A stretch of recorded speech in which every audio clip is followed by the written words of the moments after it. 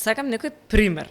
Какви податоци има државата за нас, покрај економскиве податоци, според тебе, и не само нашата држава, има примери од регионот, има некои застрашувачки податоци кои што ги има, меѓутоа има и некои податоци кои што можат да помогнат нешто да се реши како проблем. Има многу, мислам, има многу застрашувачки податоци кои постојат. Сега, на пример, прво ќе почнам со нешто, бевме, кога беше февруари или март, бевме во Унгарија и таму зборевме значи Унгарија има во Будимпешта има посебна единица каде што ја викаат податочна банка, каде што државата собира најмикро ниво податоци.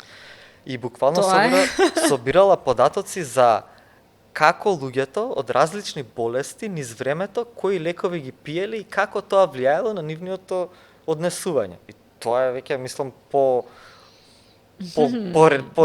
ниско ниво на податоци не може да се има. Сега не верувам дека кај нас ги има на такво ниво, меѓутоа има државата располага со многу податоци кои се делат од доменот на медицина, од доменот на, да кажеме, мислам само од технологија за развој, каде треба да се постават, мислам потоа само по себе собира податоци каде се движат луѓето.